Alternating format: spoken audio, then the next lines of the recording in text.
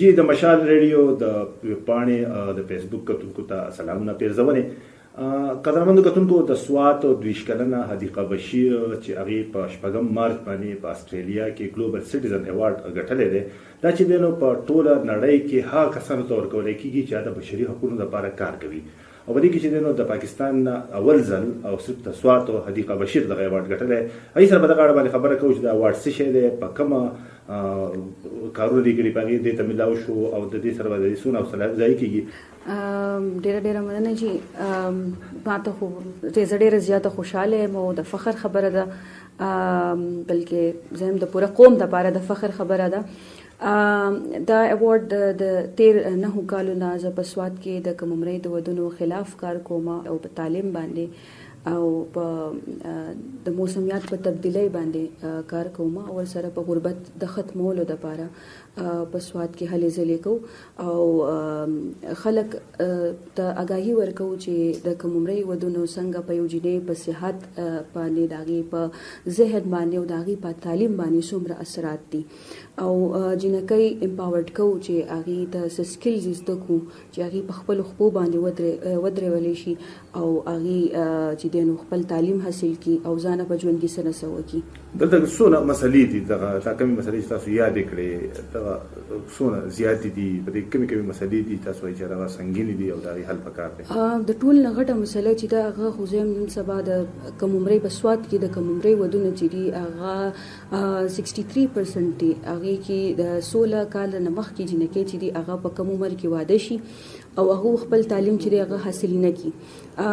تعلیم دویمه مسله چې دا هغه تعلیم دی چې زمونږ جنکې چې زمونږ په ذهن کې زمونږ د ذهانت ته د خلکو چې تعلیم چې هغه صرف د الګ ته پاره دی هغه خنه تعلیم حاصل کی هغه خاص سکول کالج یونیورسيټي ته لاړ شي او جنې چې دا هغه زمونږ دا غنلې د چې هغه سین د پردي کور دا به پردي کور ته زی هغه باندې مونږ ولې تعلیم حاصل کو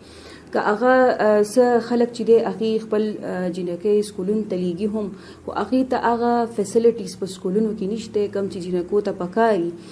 که هغه تاسو سرکاري سکولونو ته وګورئ نو پاغي کې په یو کلاس کې د 80 نه سیوا جنکې چې دی هغه په یو کلاس کې ناشتي نو تاسو دا وایي چې هغه 80 جنکو ته یو استاد به څنګه سبق وایي او هغه به خپل تعلیم څنګه حاصلې هغه زیات زیات چې دی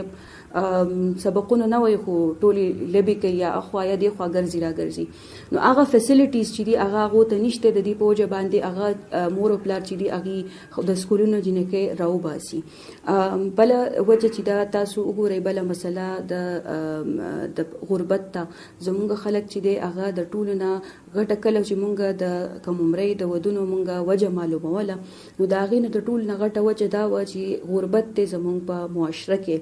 او دا غي په وجه باندې جنکې چې دی یا خرڅ هغه دی ته هم تیاری چې یا د خرڅ شي او یا د داغو ودونه وشي چې بس دا زموږ د یو بوج دی چې دا زموږ لر کړلې شي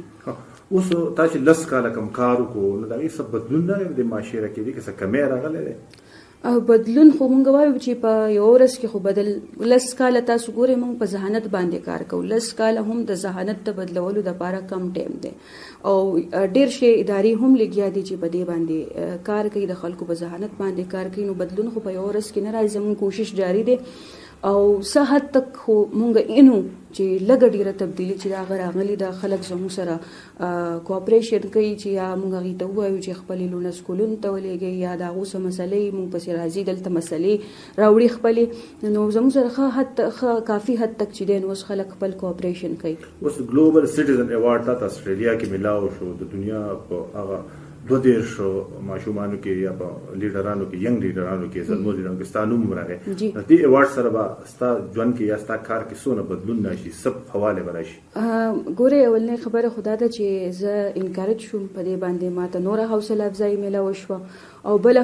بل خبره دا ده چې په غټه سطح باندې زما واس چې د خلکو ته ورسېدلې شو ایوازې په پاکستان کې نه پوره دنیا کې خلکو ته پته ولګېده چې دا مسله شته او په دې مسلې باندې موږ له کار کول پکار دی موږ له واس چوتول پکار